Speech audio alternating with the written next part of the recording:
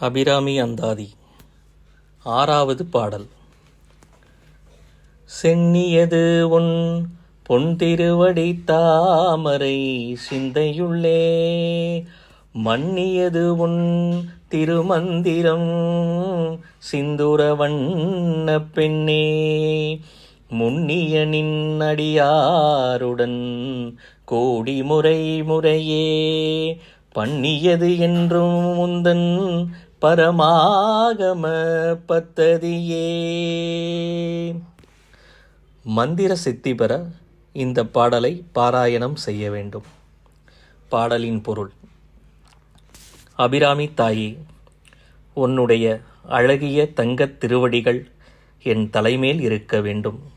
உன்னுடைய திருமந்திரம் என்னுடைய மனதினுள் நீங்காது நிலை பெற வேண்டும்.